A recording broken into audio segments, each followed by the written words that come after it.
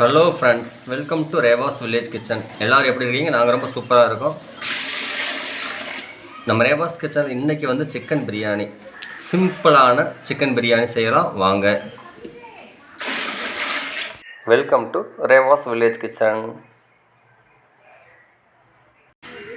Chicken biryani செய்கிறதுக்கு 1 kilo chicken, 2 kilo அரிசி, தயிர் வெங்காயத்துக்கு 3 பாக்கெட் தயிர், 1/2 கிலோ பல்லாரி வெங்காயம், 1/2 கிலோ சின்ன வெங்காயம், மல்லித்தலை, இஞ்சி, பட்டை ஏலக்காய், காஷ்மீரி சில்லி பவுடர், பூண்டு, ஆயில் தேவையான அளவுக்கு எடுத்துக்கலாம்.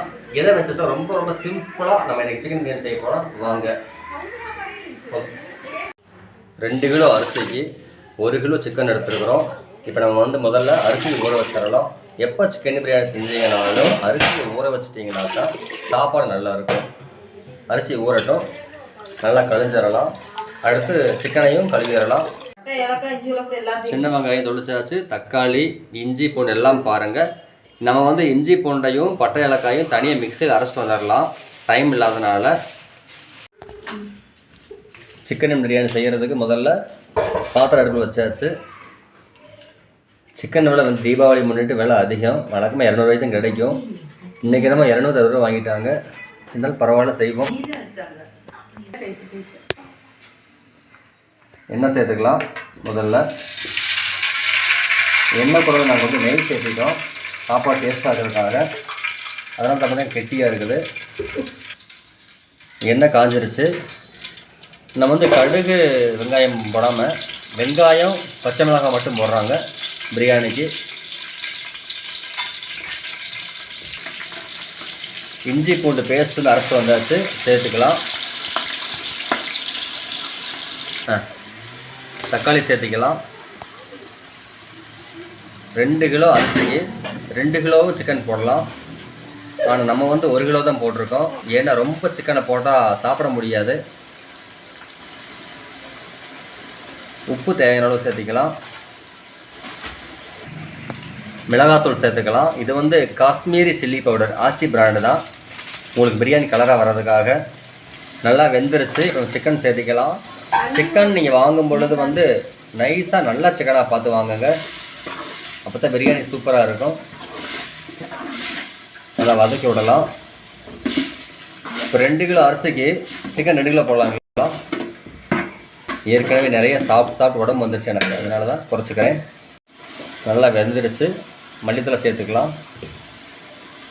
பிரியாணி கலர் பாருங்களேன் எப்படி இருக்குதுன்னு சொல்லிட்டு.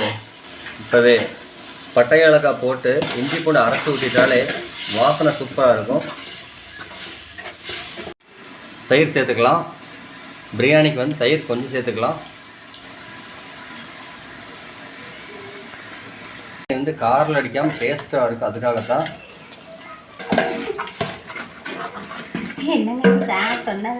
இப்போ மூடி வச்சிடலாம். சிக்கன் வெந்துருச்சு. இப்போ நம்ம வந்து தண்ணி சேர்த்துக்கலாம். சிக்கன் வேகிறத பாருங்களேன். தண்ணி கொதிக்கட்டும். அரிசி சேர்த்துக்கலாம். உப்பு செக் பண்ணி பார்த்துட்டு கொஞ்சம் உப்பு பத்தலை சேர்த்துக்கலாம். காஷ்மீரி மிளகாய் தூள் வந்து கலருக்காகத்தான், சாதாரண மிளகாய் தூள் தான் வந்து காரமாக இருக்கும். நல்லா கலந்து விட்டலாம். தண்ணி கொதிக்கட்டும். அதுக்கப்புறம் நம்ம அரிசி சேர்த்துக்கலாம்.